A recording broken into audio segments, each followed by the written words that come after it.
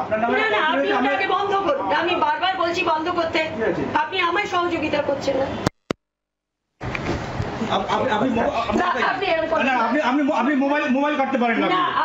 বারুইপুরের দিকে নজর রাখবো। বারুইপুরে চুরির অপরাধে এক সপ্তম শ্রেণীর ছাত্রকে পিটিয়ে খুনের অভিযোগ। এই ঘটনায় রীতিমতো চাঞ্চল্য ছড়িয়েছে এবং ইতিমধ্যেই পুলিশ তদন্ত শুরু করেছে।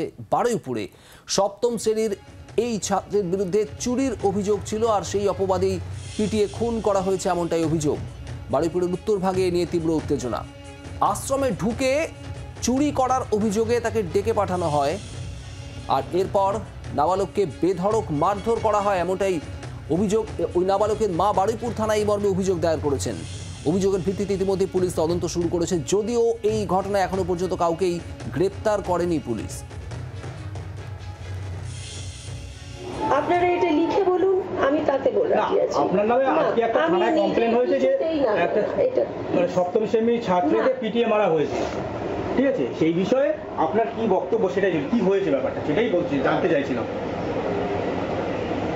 বলুন না কি হয়েছে। আর আপনার নামে একটা কমপ্লেন, এই আশ্রমের নামে একটা কমপ্লেন হয়েছে যে সপ্তম শ্রেণীর একটা ছাত্রকে পিটিয়ে মারা হয়েছে।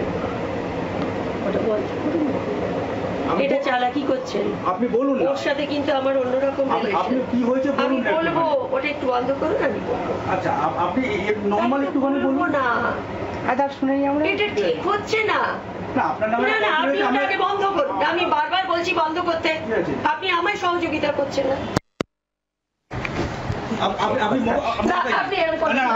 আপনি মোবাইল কাটতে পারেন না। না আমি যদি এই মোবাইলটা ভিডিও করব, মোবাইল আপনাকে দিয়ে দেব। ঠিক আছে, শুনুন। আমি এই মোবাইলে ভিডিও করব, আমাদের কাছে দুটো ডবল মোবাইল আছে। আমি আপনারা এটা লিখে বলুন, আমি তাতে বলে রাখি আছি। আপনার নামে আজকে একটা থানায় কমপ্লেইন হয়েছে যে একটা মানে সপ্তম শ্রেণীর ছাত্রকে পিটিয়ে মারা হয়েছে, ঠিক আছে? সেই বিষয়ে আপনার কি বক্তব্য, সেটাই কি হয়েছে ব্যাপারটা সেটাই বলছি। রয়েছেন টেলিফোনের প্রতিনিধি তথাগত। তাহলে কি কোথাও ক্যামেরার সামনে অভিযুক্ত তিনি মুখ খুলতেই রাজি হচ্ছিলেন না?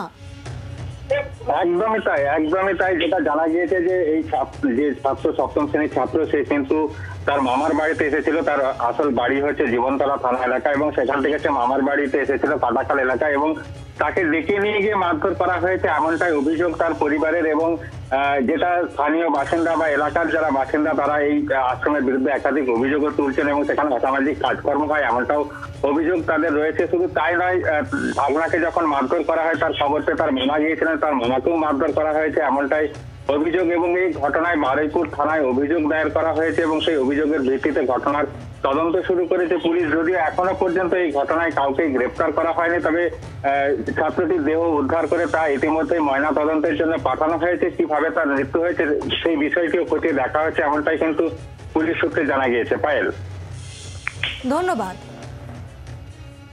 বারুইপুরে সপ্তম শ্রেণীর ছাত্রকে চুরির অপরাধে পিটিয়ে মারার অভিযোগ। পুলিশ ইতিমধ্যেই তদন্ত শুরু করেছে, যদিও ঘটনায় কারা জড়িত, কারা অভিযুক্ত, এখনো পর্যন্ত পুলিশ কাউকে গ্রেপ্তার করতে পারেনি।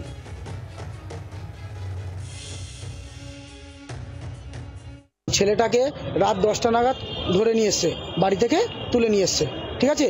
নিয়ে এসে ওনার আশ্রমেতে নিয়ে যায়, নিয়ে গিয়ে তাকে বেধড়ক মারধর করে। বেধড়ক মানে বিশৃঙ্খলাভাবে মারধর করে তাকে ওই অবস্থাকে পুরো ভাত পা বেঁধে তাকে ফেলে রেখে দিয়েছিল। রেখে দেওয়ার কারণেতে তার পরের দিন সকালবেলা শুনি তার মৃতদেহ হচ্ছে কি, মানে সংবাদ মাধ্যমে শুনি যে তার মৃতদেহ পাওয়া গিয়েছে। একটা আশ্রমে যেখানে 6-8টা কুকুর থাকে, সিকিউরিটি গার্ড থাকে, তারে কাঁচ ঘেরা থাকে, বাজার মধ্যখানে মানে দুতলা বিল্ডিং মতন পাঁচিল থাকে, সেখানে চুরি কি কবে হয়? যেখানে সিকিউরিটি গার্ড থাকে চুরিটা কিভাবে হয় সেখানে আমাকে বলে বোঝান। আর এমনে কি আবার কি দমদমা বলতে কি আবার ওই আশ্রমের প্রতি সবাই এমনি রেগে আছে বলতে কি সবাই বলতে কি ওটা আশ্রমটা একটা জাত মানে জুলি মানে কি একটা বলে না, জালিজুলির কাজ একটা যেরকম হয় সেরকম ভাবে চলছে ওটা। আমার ছেলে যাদের মেরেছে তাদের শাস্তি হোক। বাংলার আওয়াজ, বাঙালির আবেগ, জি 24 ঘন্টা।